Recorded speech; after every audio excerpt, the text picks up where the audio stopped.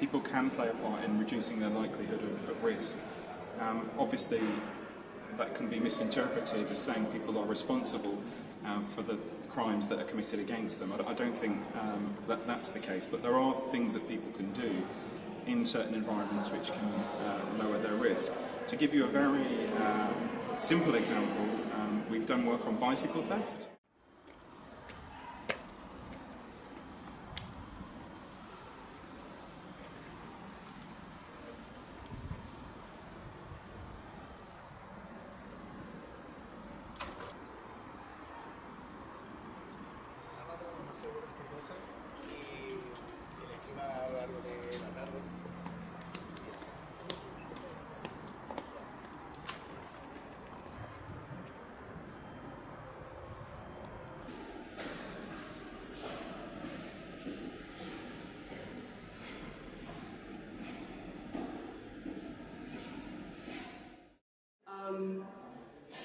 Fear of crime is an interesting element. You mentioned fear of crime. It's an interesting thing because people's perceptions of what risk is depend very much on their backgrounds, their own experiences, where they use space, you know, where they know about.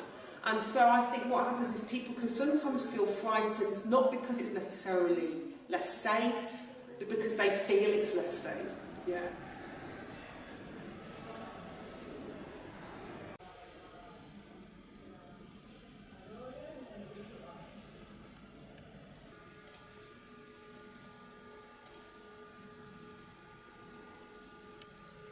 Neighbourhoods, if we talk about social disorganisation theory, the idea is that the neighbourhood can control crime through informal social control, so it decreases the likelihood of people engaging in crime, encouraging them to act more socially, if you like. But then neighbourhoods are affected by the amount of crime in them, because it can make people frightened of engaging in behaviours to prevent crime. So it's a very difficult.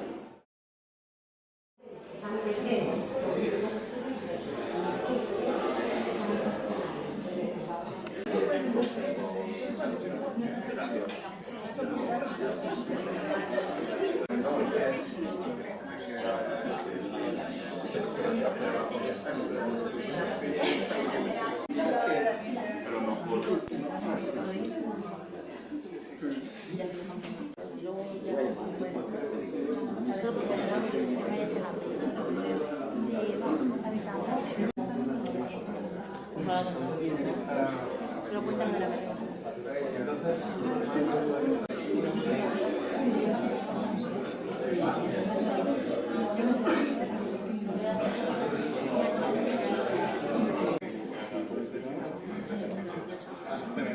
Sí, así no me estaba mal.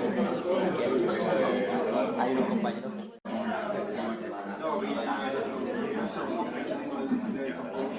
I'd say also, obviously, cities are different in different countries.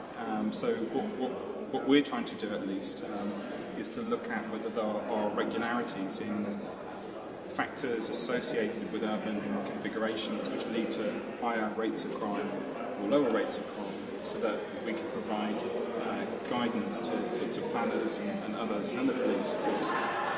But I'm not sure there's a single perfect solution. And it's a big idea of the perfect. Would probably be more interesting to do a type of latent class analysis on offender type. Okay. And connect the offender type profiles with the geographically. Yeah. It's that element that we haven't done an awful lot on. So we've kind of connected things about the offenders to the places, but our focus has predominantly been on the places, if I'm being honest. Actually, we can forget the shops, because the streets explain where the shops are, which explains where the crime is.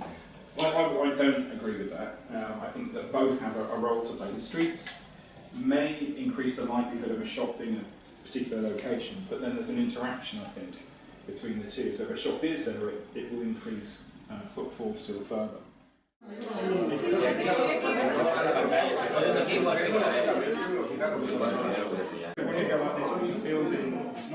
A mí lo que me ha resultado particularmente interesante es cómo puede, con esas operacionalizaciones, Y con los modelos matemáticos que utiliza, pues testar hasta qué punto, igual predicciones que son opuestas, como veíamos la predicción que hacía desde la perspectiva de Jim Jacobs, y luego desde actividades rutinarias o crime pattern theory, hacían predicciones que son contrapuestas y puede ver hasta qué punto en la práctica, dependiendo de qué tipo de delitos, pues se aconseja o se desaconseja un tipo de diseño. O sea, ese paso, ese salto desde la teoría a modelizar matemáticamente las relaciones me ha resultado apasionante.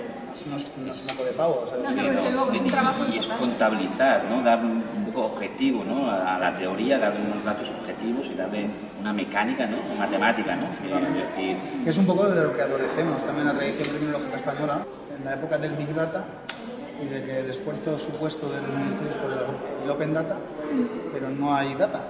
O sea, no llega la data a no ser que trabajes dentro de la institución, con lo cual... Sí, ahora se está hablando más que nunca de transparencia, pero ciertos tipos de datos son tan difíciles como siempre de conseguir todavía. Entonces.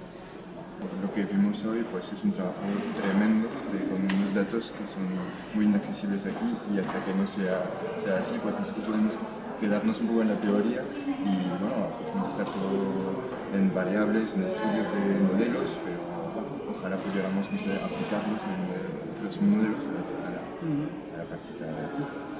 For crime prevention, because it means if somebody has had a crime against them, so a large number of sexual offences are repeat offences, so people who have had a sexual offence against them once are very, very likely to be a repeat victim of crime.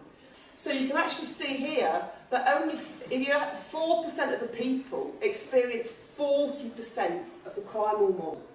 So most of the victimisation fell into 40% of people. But what's really incredible, and what you see is, first of all, that non-residential properties are more likely to have some sort of burglary against them. Las aportaciones en el seminario tanto de St. Johnson como de Keith Bowers han sido muy relevantes, puesto que hemos tenido la oportunidad de ver pues, las últimas investigaciones en relación, por ejemplo, a las conexiones entre los diferentes nodos, las agrupaciones de delitos en determinados lugares. Los han puesto en relación también con los desplazamientos de las personas y de los vehículos. Incluso hemos tenido la posibilidad en este último seminario, en esta última parte del seminario con Keith Bowers, de ver las aplicaciones desde el punto de vista del policing, ¿no? de la función policial. Time the pubs closed very early in the UK. Yes. So now it's 24-hour more, but not everywhere takes it up actually. Lo veo una grandísima oportunidad aprovechar a los profesores que vemos en la literatura, en los apuntes, en libros, verlos en persona, poder interactuar con ellos e incluso preguntarles nuestras propias dudas y aplicarlos de una manera práctica, sobre todo de cara a enfrentar nuestros TFMs.